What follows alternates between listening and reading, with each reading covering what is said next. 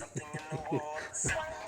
wasn't nervous before I am now. No. Okay, sorry, so yeah, I just said I've always had ideas. It was more just overcoming myself. Yeah. You know, there's only one man that I've got to battle in my life, bro, and it's me. Just like that. If I could master how to beat him, bro, I think I'd be made unstoppable. What's up, day ones? Welcome to OpenEnds. Wherever you're tuning in from, thank you for being here. I am with a friend, good mate of mine, for a conversation that will go wherever it needs to. Let's chat. Thank you for being here on the very first episode of OpenEnds. Pleasure. Yeah, I think. What did you think about when I messaged you and I was like, "Bro, do you want to be on the podcast?" Obviously you had already seen like me post the videos and stuff. Well, it's I've never been one to jump on the camera and talk anyway. But I thought I will jump on, be a part of it, and if I can help, I could help. So Introduce yourself, bro, to all our audience and our viewers, so they don't know who you are. They don't know how I know you. So. yeah. Hi everybody. Kyle. So I've known Kingston for, when did you come back? 4 years now, maybe? 4 years. Yeah. So probably just under 4 years now. Mm. Yeah, we met through another friend of ours. Yeah, I think we met for a reason for sure. So No, definitely, bro. Definitely. So what are you doing at the moment, like with Mahiwa? about 3 years ago, started the process of buying my own run at Hydrolink. So yeah, long story short is I make hydraulic hoses on site, go to a broken down machine, find the leak, pull the hose off, make a new hose, put a new hose on. Give some people some advice on how to get into that industry. Or... I think the hardest part about my job is being on call 24 hours a day, 7 days a week. And that sort of amplified when I worked for myself because, you've got your own customers now, so you sort of don't want to, the pressure of not letting anybody down, and when they ring, you got to keep their machines moving. It's taken a lot of hard work. Like it's been a good 10 years in the making to sort of get to where I am, I guess. There's no real, like if somebody wanted to get into it, there's no real, like currently there's no, you don't need any qualifications to get into doing what I'm doing. Honestly, the biggest thing we find is finding someone that shows up every day, bro. That's the hardest thing. Reliability. Yeah. So long story short, if you can show up every day, you got a good chance of being where I am, if that makes sense. Like Hydrolink or, the hydraulic industry in general really struggles with finding good people. And by good, I mean showing up every day, just on a whole. Why do you think that's an issue of reliability here? And do you think it's just New Zealand? Like, why do you think that's an issue? I think I'm not trying to be disrespectful or anything, but I think it's just the younger generation, or like younger people are. They don't have like the work ethic that people had in years gone by, so to speak. Like the younger generation could be offered a job right now, but they're like not taking it up. Yes and no. I think it's a lot to do with when I started working, you sort of started here, and you had to work to here to get to the top. What I've been finding is that they just sort of expect to open the door and sort of start here as opposed to here. Like they've got unrealistic expectations, so to speak, of I want to be earning fucking $35 an hour straight away. I don't want to be starting on 25, and working to that point. Yeah, or it's I want to go straight into the the work, the big money, the phone, all that sort of shit. But there are definitely people out there taking the piss. Like if you can work, you should be working, really. I don't know. I don't think there's a lot of people out there that would like to be on call 7 days a week like you. They must be challenging. It has its moments, yeah, bro. Yeah. So. Even if you didn't go to work, I think it's more like a mental thing, like knowing you can't just take off for the weekend or go do something because being on call. Yeah, it's it's hard. It's hard. Has that been something that you've always done, or just since taking up this, like your own run for the last 12 months, it's been a thing? So I've been wearing the Hydrolink colours for about 7 years now. I think for the last 4 years it's definitely been, and more so now that I'm sort of an owner operator. It's just the industry, because earth moving, the port, transport, they're running 24 hours a day, 7 days a week. So I mean, I can divert my phone. So like if I decide I'm going away for the weekend, or I've got to go to the kids' school for whatever, cross country or whatever, I can divert my phone. I don't get paid for any jobs that come through. So that's how what you find balance, like, because that's what I was going to say, like in being on call for 7 days, finding balance in that. What does that look like? Hard. It's real hard. Like I do get more, like being the boss, I do get more freedoms that I didn't have as an employee. Yeah. So I can choose to, my daughter's got gymnastics at 10 o'clock, well, I'm going to go, I'm just going to flick the phone over. Like that's my choice to make now, which is good. Yeah. Although there are, it's challenges by doing what I'm doing, it's definitely, like there are a lot more perks as well. So it sort of, I don't know, I guess evens it out, if that makes sense. So I think that's that word balance is hard for a lot of people in life to find. You know, 100%. what does balance even look like? You know, when you live in a society that we live in now, especially being in New Zealand, rent skyrocket, just to own a home skyrocket. Yeah. You know, and so I guess finding balance, especially as a man, what does that look like? You know. I don't think as a man we're ever going to be able to go to all the things at school or all that sort of stuff, because we just with the jobs and the industries that we're in, it's we always seem to be working, but we do need to try and make the effort, and I am more so now for my kids. So. Well, let our audience know, bro. How many children do you have? Nah, I got three kids, 2 boys and a girl. My oldest son's name's Jade, my daughter's name's Mila, and my youngest son's name's Caden. So, yeah. And what you said before, like, I guess being in the industry, if no one knows about me, I work FIFO, 2 weeks working and working away, and then I have 1 week at home. I don't know about for you, but missing things and missing moments, especially in my children's lives, I guess it's doing something to me. Yeah. I guess internally, it's got to do something to any man that's away from their children. Eh? Yep, 100%. I guess we understand what the sacrifice is and what it looks like. And you can say, okay, well, harden up, you got to do what you got to do. But thoughts in your mind where it's like, okay, I'm doing the right thing, being a provider. But what does present look like? Yep. Is being not so well off, but present, is that better? Or being able to provide your children with the best life financially that you possibly can, but not being present?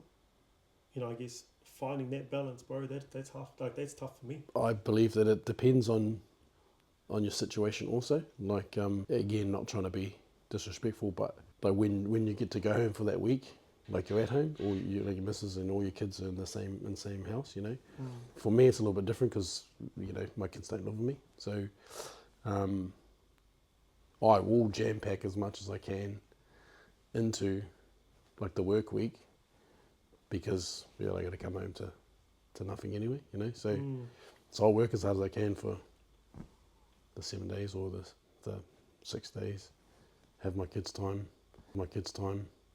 and be present in that time that I have them. So no, that's like a phone down, all that sort of shit. When I do have them, so make a bit. So we do a date night on a Wednesday, regardless of what I got on. So what does that look like, bro? So we go out for dinner, a bit of a catch up on the week. How was your day? What's going on at school? What's good thing, bad thing. We always do the best part of your day, worst part of your day. It's and then just have dinner together. That's cool. It's good. They generally will stay the night on a Wednesday, and yeah, it's good. It breaks up that 2 weeks, bro. And then you have them every second weekend, and we make that weekend about them. So. Well, obviously, I don't have that. I guess living circumstance, and you highlighting that, and it's like that saying, if we put all our things on the table, you'll grab your shit and run. Life's perspective, eh? Yeah. I can sit there and say it's hard to be away from my family. I got to work, and I have 2 weeks away from them. But as you said, they're at home with me, regardless. They're still at my home, and and I have a whole week with them. And it's like me seeing that as, I don't know, ungrateful. To some people, they do anything to have that. Yeah. you know. And it puts it into perspective for myself, to be just more grateful for the time that I do have and cherish those moments more, Yep. I guess, I don't know, for me, there's probably days where I'm like, there's not probably days, there are days where I'm like, might lay on the couch and I'm exhausted, I'm tired, not realizing that there's fathers out there that only get to see their children once in a blue moon, and they would just love to have that moment. It's something that I don't think I've ever actually thought about, because obviously I don't go through it, so I can't say I understand, but I could only imagine. I love my kids and having them in my life, and I could only imagine how that would be for you. Yeah, it's rough. Sunday's the worst, drop off, because you've had, on the weekends that you've had them, the house is noisy, not noisy in a bad way, but, we got the laughter, the, kids running around, just general noise. And then sort of after drop off on a Sunday, you come home and it's just quiet, silent. That's always the hardest part. What gets you through that? I guess you just sort of, I've learned to sit with it a little bit, almost, because I think it's definitely all part of it. And I think sitting with it makes you, it's made me be more present with them when I have them, and enjoying that time to the fullest, doing more like experiences and stuff like that. So to a certain extent, sitting with it, but also like I'm pretty lucky to have some good people around me too. So if on the odd day it just feels a little bit rougher than the last one, I'll be nah, bugger this, I'm not going home. I'll go and I'll go and see one of the boys, or I'll go and I guess we know what sitting alone in those four walls looks like. Yeah, that we do. With your children, when they grow up, what would be something that you would want them to see? If they were to grow up and get older and someone was to ask them, what's your dad like? What do you hope they would say? I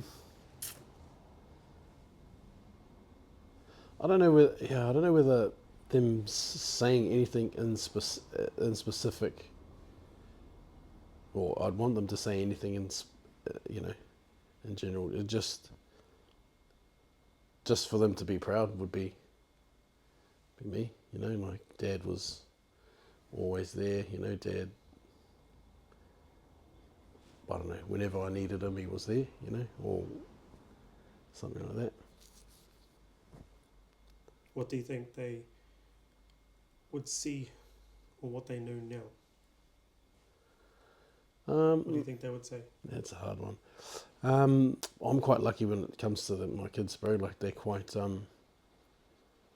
they're all different in their own ways, but they're quite open and forthcoming with like love and affection. So they're quite open when they say, like, they'll all randomly, I'll be fluffing around in the kitchen or whatever, and they'll just, my big boy especially, will come up and, hi dad, hi son, love you, and then he'll just carry on doing what he's doing. Oh, cute. So just for them to just be open with that, saying that sort of thing, I must be doing something right in that aspect. Yeah, they must warm you, eh? Yeah. Yeah, I guess, like, we don't need that acknowledgement to keep going. Yeah. We're good no matter what. Yeah. We'll always keep going. Yeah. But I guess it is nice to get it once in a blue moon. Oh, 100%, bro. And like, on the days when you just feel like that, the fire's sort of burning down a bit, or, and just there's days where I'm having a day, and like he'll just come out, or they'll all come out at different times and just be like, hi dad, love you. Or my younger son especially, he'll just come out of the blue and just give you a cuddle, and poof. I don't know whether he sees, Dad's a bit flat today, or whatever, but he'll just come up, give a cuddle, and then just toddle on about his business like nothing ever happened, you know.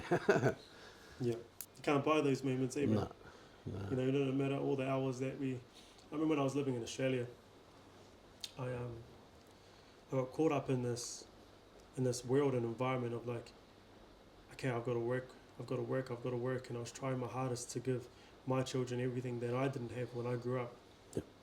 Not realizing that they were just so simple. yeah, You know, it's like, you know, when you have like, because you got 3 or 4, and you know when you have like your first child, it's like, okay, it's going to get everything, baby's going to get everything, the Nike shoes, the this and stuff, and your little baby just wants like the little Thomas the Tank Engine shoes, or the shoes with the glitter on them or something. You know, I guess it's there we get caught up in like what it looks like to provide for our children. You know. Yeah, it was different for me because like I'm only recently in the position where I'm able to do that sort of shit. So, you know, we didn't have much with the kids growing up, so I do that now. You know, so. But what does that even look like? Like, what does a great father look like? You know, what does it even look like? You know, I think no matter how you feel on that day, because man, we could be happy, sad, angry, all in the space of an hour. Yeah. You know what I mean? That's the thing with emotions. For me, it's just showing up regardless. Yep. You know, regardless in those moments of how you feel. You might feel flat one day, happy the next day. But even though on the day that you felt flat, you've still got to show up. Yep. Through those flat days. What keeps you going? Like what motivates you to? Well, that's a massive story in itself, bro. Because like I've got a real sense of like I owe my children basically. One of them, I don't mean to be disrespectful, but one of them in particular, and that's because when I went through my worst, it was sort of him that saved me almost. So I sort of feel like, regardless of how I'm feeling these days, you know, I have to show up for them. Like, there's no question about it. I need to. When you say saved you, what does that mean? Yeah, this is going to be a little bit rocky. I have all the time, bro. So I think Jade might have been maybe 3. I went through hell basically. I ended up really, really depressed in a real dark place, and one thing led to another, and one night in, you know, specific, I tried not to be here anymore basically. So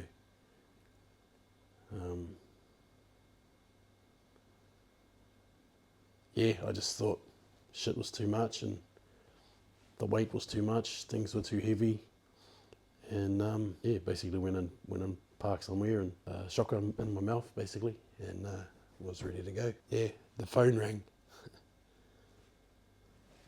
So he'd woken up, and just started bawling his eyes out, screaming and calling out for me, and just would not settle until she rang me. I don't know why, but I answered the phone.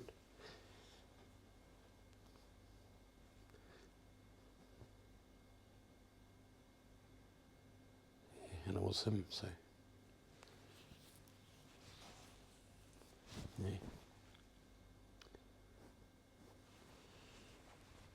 So yeah.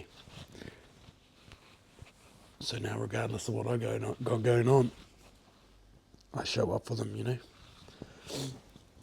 Thanks for sharing that, bro. It's like in some cases, you know, it's like, we're supposed to be the hero in a story hearing like that. It's like he's always been a bit, I don't know if special's the right word. He's special, bro. 100% he's special. So a little bit of backstory on that, and why I think he woke up, or he, you know, woke up and did what he did. So my nana is like a Māori healer, bro. And my auntie Cody's, I don't know how to explain it, but really, really spiritual. And she said from an early age that, you know, Jade's special. Jade's special. There was an incident before where Jade started talking about a man that he would speak to at night time. You know, and we were all like, oh, okay, that's a bit off. So, you know, they did a bit of investigating, so to speak, and it turns out there was a man that lived in the house before we did, who wasn't obviously as lucky as I was in that situation. That went through from what I understand, he went through a divorce, and mum took the kid, and he ended things. And so Jade would see him at the end of the bed, and they would conversate. So, Wow. How old was he? he would have been around 3. Yeah. Far out. So, and that's why I wholeheartedly believe that, you know, he saved me. So.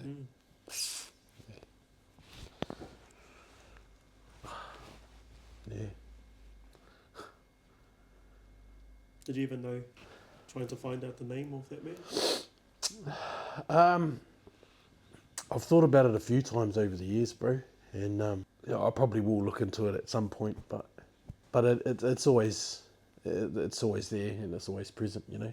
And how old your boy now? So tell the audience how old your son is now. He's 11 now. We just turned 11. Do you think he recalls anything of this? Obviously, he doesn't know, or he wouldn't have known at 3 how much of a, I guess, angel he was in that exact moment. What does, like, for you, on getting to that, I'm not trying to push you back into that headspace, but why do you think we can lead up to that or get to that? It can be, you know, my opinion again. It can be a number of things, bro. Like, it could be something as small as fucking work's not going well, or, you know,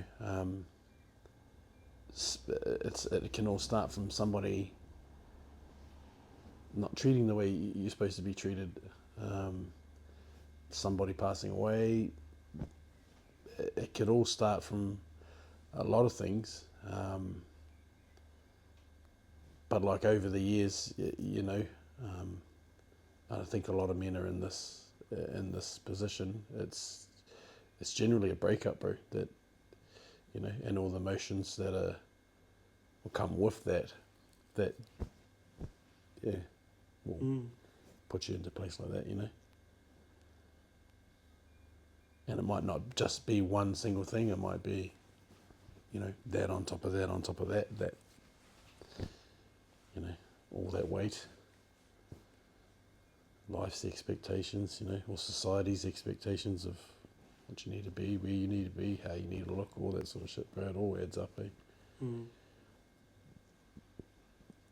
Do you think relationships probably one of the most highest situations that can get a man into that state, you think? Yeah. Yep. Like, I don't even know if I should even say this, but like, for myself, I've never thought of doing anything like that. Yeah. Take my children and my wife away from me. Don't know if you'd get the same answer. Yeah. You know? Yeah. And to be fair, like, growing up was shit, to be fair, bro. So, you know, that probably played a little part in it as well, you know, like around mum and dad, and you know, staying in situations that weren't good for you because of the fact that, like, oh fuck, I don't want to be like, you know, again, not trying to be disrespectful, but I don't want to be like my dad. Adds up, bro. So I never ever once thought I'd be in that position. Well, growing up, do you feel like it was easy for a young teenager Kyle to talk about anything? Nah, Or do you? No? nah. Because, you know, at the end of the day, who was I going to talk to?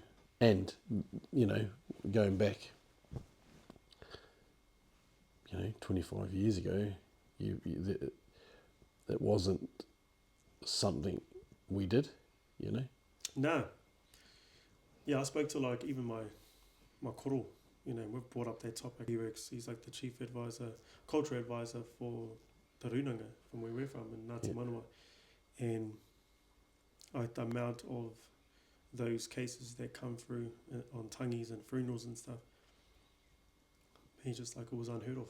Yeah, at home there was never a lot of cheerleading going on, and by that I mean like my parents weren't that forthcoming with nurturing side of things. They were too wrapped up in their bullshit that they had going on, and we sort of just couldn't go to dad and be like, oh hey dad, this has happened, I'm feeling this kind of way, because it would be just like, whatever bro, you're only a teenager, or what's hard about your life kind of buzz.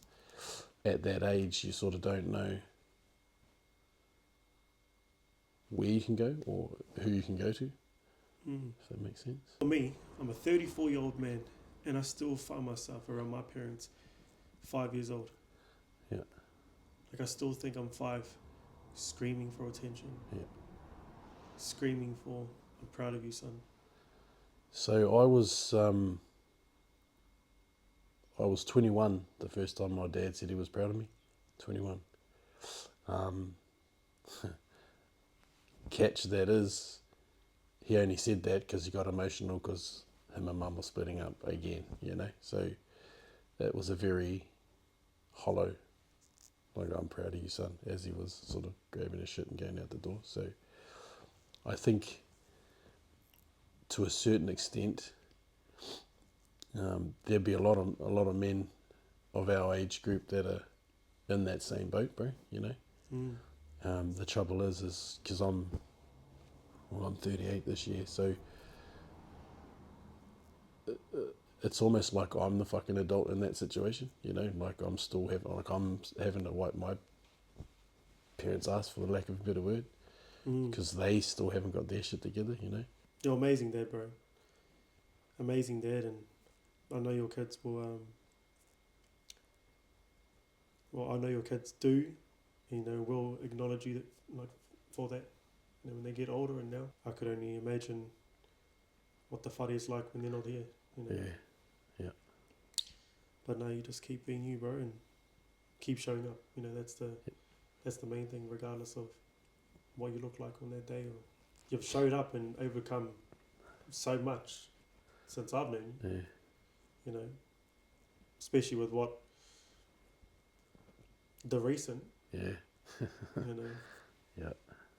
And however you got yourself out of that, if you can get yourself through those circumstances and stuff, like, bro, you're unstoppable. Yeah. I guess life is always going to pull us down into those circumstances. We've just got to. And that's because that last situation was by far the worst thing I've ever been through. Like I've been through some shit over the time, but that by far was the worst. That last scenario, like I was by myself for 4.5 years, just being me, learning me, working through the shit I thought I needed to work through, and it just put me in a better standing to deal with the situation out the tail end, so I didn't go back down the rabbit hole as far as I probably would have if I didn't. So yeah, but that last situation was like nothing I'd ever experienced before, bro. It was heavy. Did you want to dissect it? We can if you like, bro. You already know me. I'm always all ears, bro. But I said that last one was going to be rocky. This one's probably going to be worse. No pressure, just space, bro. Like the space is always there if you need it. So again, it was a relationship. Sort of at the time, I was been by myself for 4.5 years, and I was just sort of ready to I thought I was ready to be, back in the game, so to speak. And this one particular, the situation popped out of nowhere, and it was thing. I thought it was good.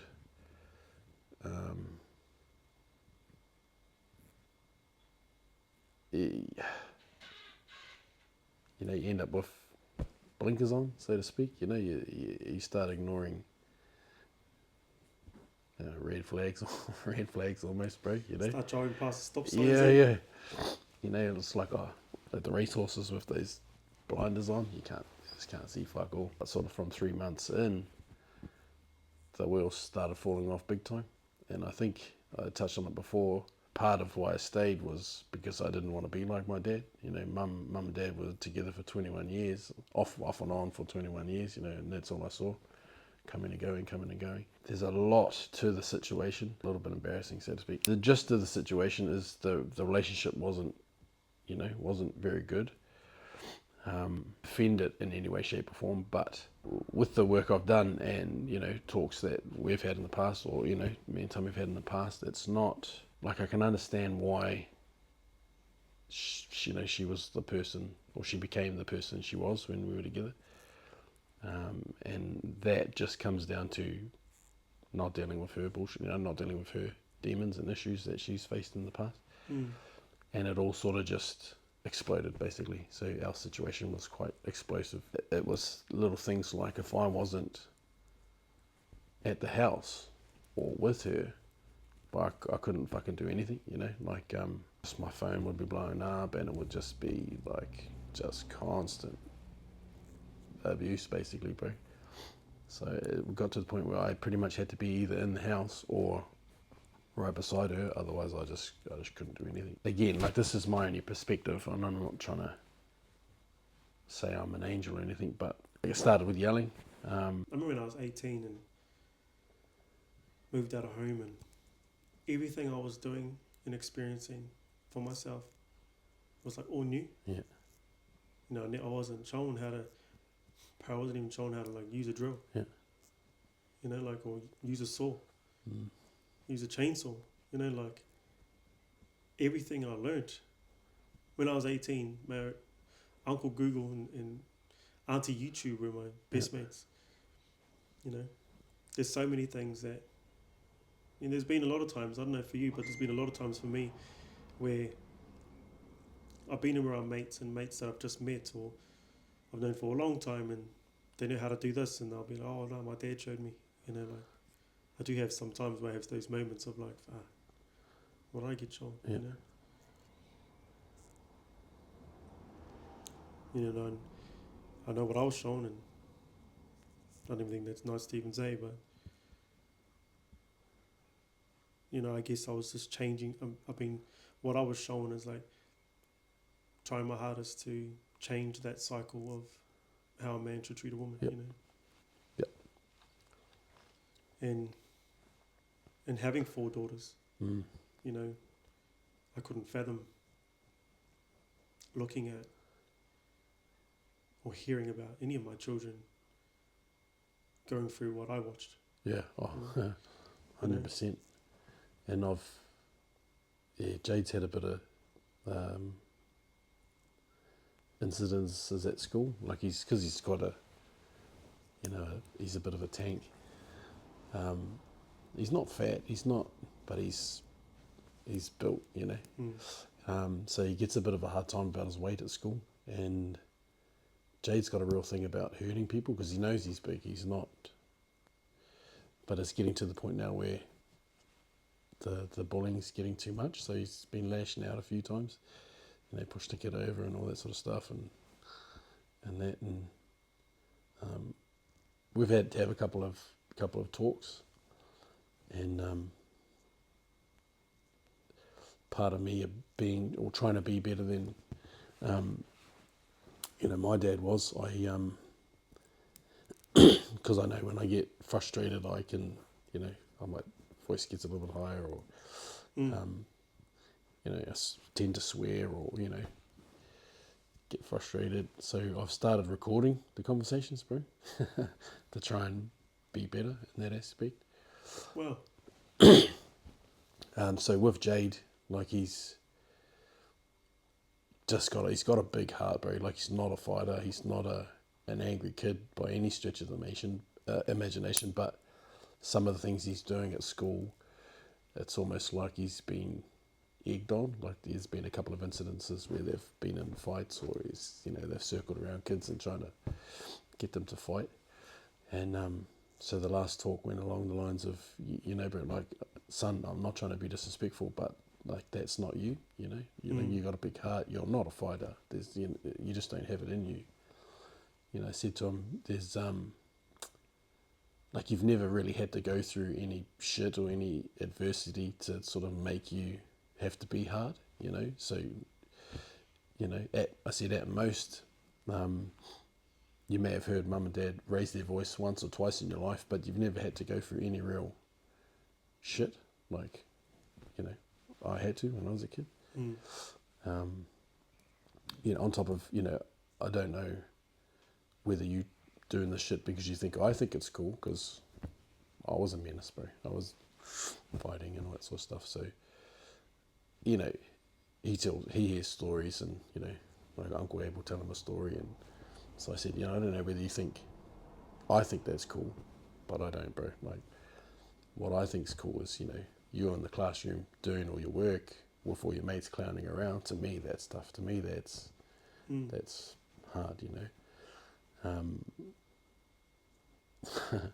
That's what I said. When you're 11 now, bro, like you're off to intermediate next year, and you can't do that shit at intermediate because there are actual tough kids there, bro. Like there are actual, So you're at the age now where the decisions you're making are going to start impacting your life. So you need to start sorting it out. And then I also said, but if that's the path that you choose to take, we can organise that. We can, pack a bag, and I'll ship you off to Koro's house for 3 months, bro, and you'll soon work out that that's not the life for you. You'll soon work out that that's not the path for you. So hopefully got through to him. Well, bro, I wish I had someone to even talk to me to give me something. Hey, Yeah. Like some sort of advice to what to do, I guess. At least he had something, bro. Yeah. Having to try and navigate it, even at 11, from 11 to 16 is quite. It's you can get lost in those years of what you want to do, bro. So I guess some sort of guidance is amazing. I guess that's why the youth things in New Zealand is out the gate. Yeah. The stats on youth when I was working with youth in Tauranga, just looking at the stats just in Tauranga was like crazy. It's unreal, bro. It was almost like there was no repercussions. I don't know if repercussions is the word, but there was no repercussions for the yelling. So after yelling comes, throwing. So there was shit getting tossed around and this, and obviously no repercussions for throwing. Then came the, sort of the pushing and that sort of shit. And so by embarrassing, I mean like I'm getting pushed around. You know what I mean? Like it's not me doing the pushing. I'm sort of getting pushed around. Again, no repercussions for the pushing. So then come the hitting, and that's heavy in its own. I remember the first time it happened, and me being me, I sort of just, I fired up. Nah, you need to get away from me. But I had to sit in the shed for like 45 minutes just to calm down, because I made the decision early on I didn't want to be like my dad. So you never ever wanted to be that person that, hit a woman. But at that point in time, it was almost like, what else do I do, So I sat in the shed, calmed down for, it was a good 45 minutes. And then I, told her to come back and talk to me. And I asked her, I said, honestly, in that situation, like, what happens if I had to hit you back? And all of a sudden, I'm going through all this shit. I defend myself. And, what happens then? Then I'm the fucking bad guy. A couple of days after it, she sort of seemed to take it on board. But, bro, honestly, it just kept happening. So I had to the last straw for me was I was hanging out with my son for the day again because I wasn't in the house or I wasn't at home. It was just constant abuse on the phone and just trying to find things for me and Jade to do, and he wanted to come back and work on the go-kart, do some work on the go-karts. I was like, hey, sweet ass. She pulled up and it was just something as little as she was getting some rubbish out of the car. Hadn't said a word to me. She was just getting some rubbish out of the car, and then I just noticed like a Subway salad container, and I was like, oh yeah, Subway for lunch, you know. Oh, you know, it's okay. I like talking to myself, you know. And she just exploded, swearing, carrying on. I just said to Jade, I said, just grab your bag, go jump on the truck, and we'll take off. My son's here, and rah. So I left. Obviously, Jade's upset because he's had to see that, and I'm upset because Jade's upset. I dropped him off home. We're down at the Rising Tide, so I said, I'm just going to have to go home. So I went to Tummy because I didn't go straight home. I was getting messages of like, oh, that's it, I'm out, you know. I'm going to get my dad to watch the kids, and I'm that's it. She's going to end things. And I was like, for starters, your kids fucking need you. Gave into pressure, went back. Thought, you know what? Fucking nobody's going to believe this. Like, nobody I tell is going to believe it. So I recorded it, bro. I was sitting on the couch, started recording it, and she's just absolutely flying off the fucking handle. It wasn't until she noticed that the phone was out and just absolutely fucking lost it. Come over, it's again, it's all on video. I come over and just started laying into me. Pretty much tells me that it doesn't matter what I say, she's going to tell the cops that I did it all anyway. So I just got to the point where I had to leave, bro. Otherwise, I probably even wasn't ever going to leave. You know, dealing with the abuse and the violence and all that sort of shit, bro, is one thing. But the hardest part of that situation for me was the kids not wanting to come over. My daughter telling her mum, Mum, you know how she is when you're there? Mum goes, yep. Telling her mum, oh, she's not that person when you're not there. You know, that was it for me. That saying, her people. Yep. I'm not saying I know what healed looks like. Yeah. You know, I feel like I'm still on a journey trying to figure it all out. Yeah. I don't think there's even I don't even know if I believe in the word healed. We always stay scarred. Just deal with it better. How are you now? Like, genuinely, how are you?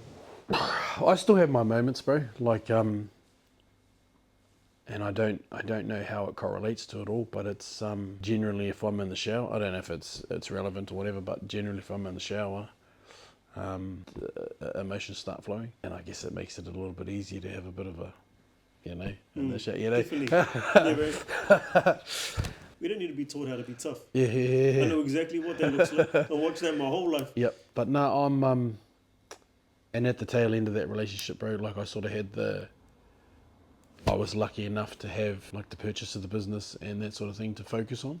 Took that time before getting into that relationship to sort of fix what I needed to fix or fix what I thought I needed to fix, which put me in a better position to deal with the bullshit out the tail end of that last one. But a big thing for me was I had that business to focus on, grow that a bit, and I've been lucky enough to actually find someone genuinely really good, bro. I'm doing good.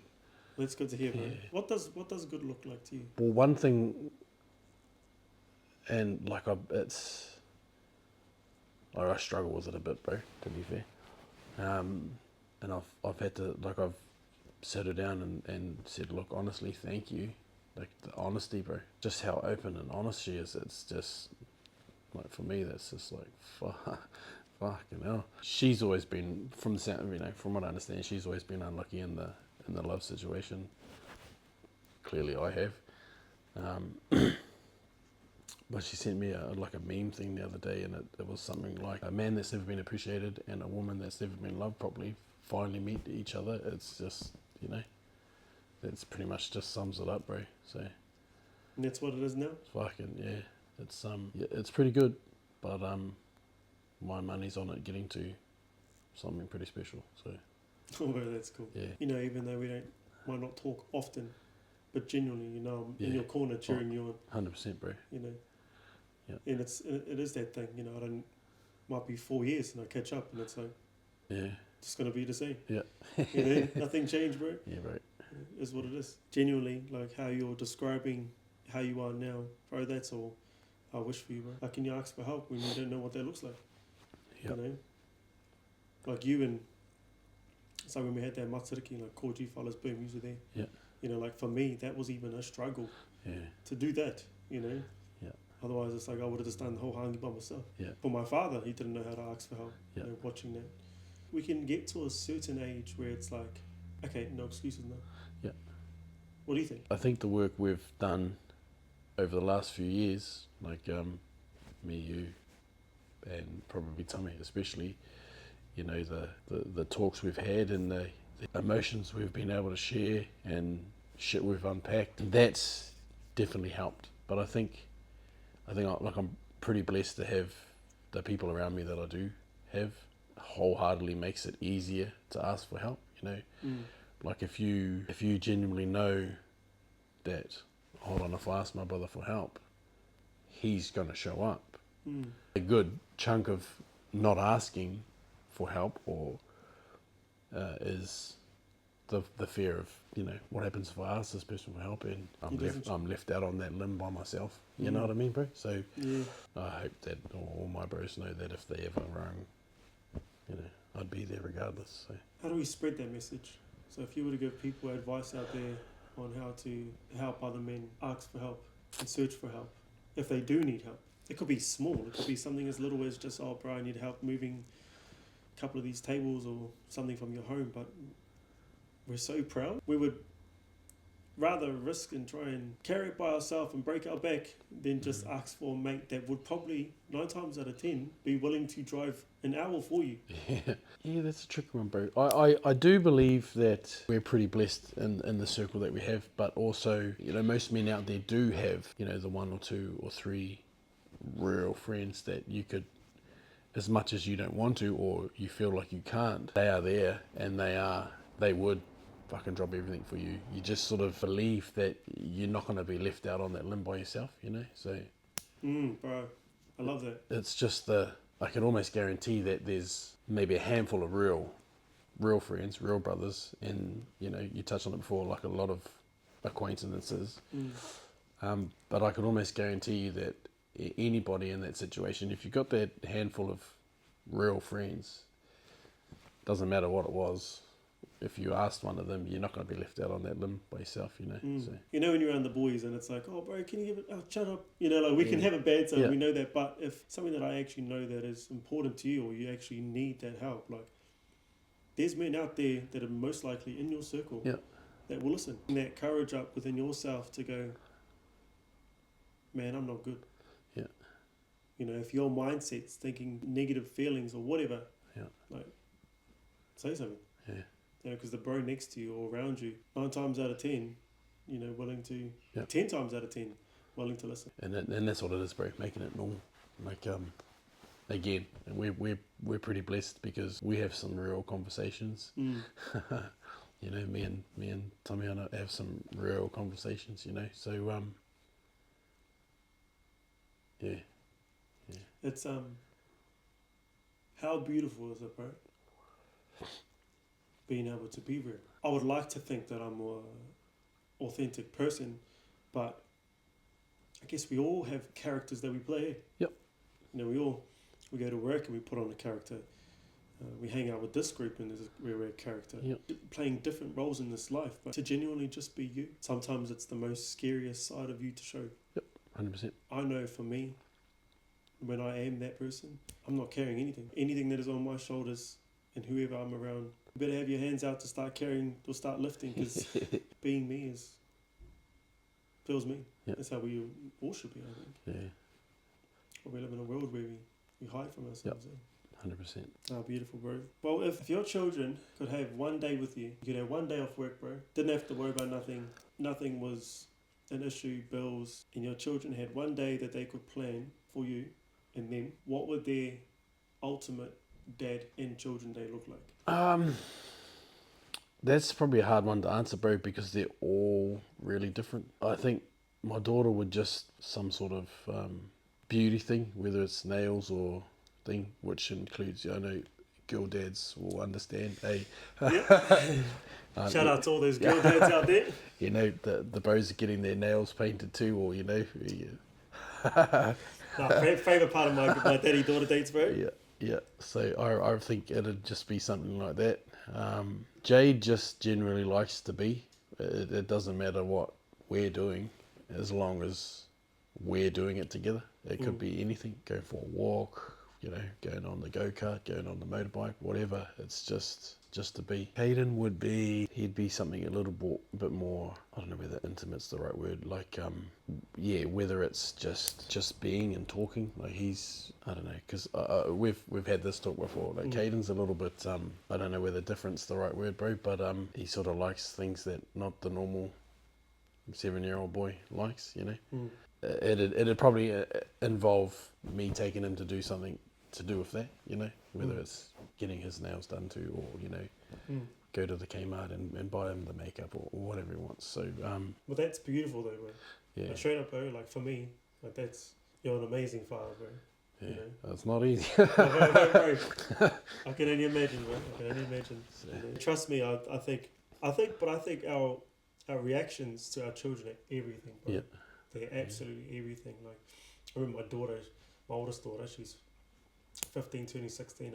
I remember when she was like maybe 12, and she goes to me, Dad, I like this boy, his name's Zoan. And bro, my chest, bro, pumping, bro. Yeah. And then she's like, oh. Nope. Oh, and he's Samoan. And I was like, oh, chest pumping. Nothing against Samoans, but yeah, it was just the fact that she liked the boy, on the outside. I was like, that's amazing, darling. What's his name? Where's he from? I didn't give her any reason to like not keep talking. Yeah. And I think I look back at my childhood and break down like, why did I keep things away from my parents? Yep. Because I knew what their reactions would Yep, be. 100%. So that's amazing, bro. Like, how you are, okay.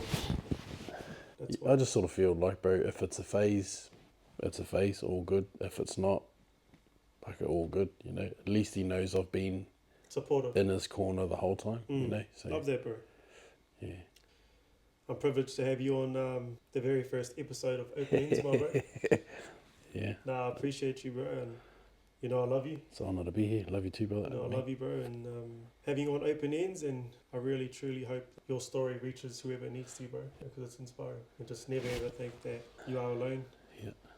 And that goes for, I think that should go for everybody too, bro. Like, even if you do feel like, even if you do feel like there is nobody, anything I've said resonates or touches, or it may just be needing a different perspective on something. Yeah, if anybody ever messages, I'll always get back to them. So if you could give advice, to finish off, what would you say? As hard as it is sometimes to see or believe things do get better, the hurt or the sadness that you're feeling in that time, it doesn't last, bro. Effectively proof that you can go from being in the position where you feel like ending your life to the other end of the spectrum where your life's good. Like, I work for myself, I found somebody nice, it's the pain and whatever you're feeling in that moment, it doesn't last, bro. Just temporary. It's just temporary, 100%. So. You just have to stick around to see what's over on the other side of the hill. And I'm happy you did, bro, because I wouldn't have met you, I'm happy you did. Yeah. Well, here on OpenEnds, there's no big wrap up, no tidy endings. We leave the door open for the next thought, the next story, the next conversation. This is OpenEnds. No pressure, just space. Appreciate it, bro.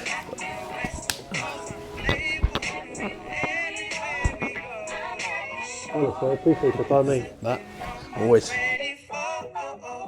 get a taste of the life living way out west. Come get a taste of the life living way out west.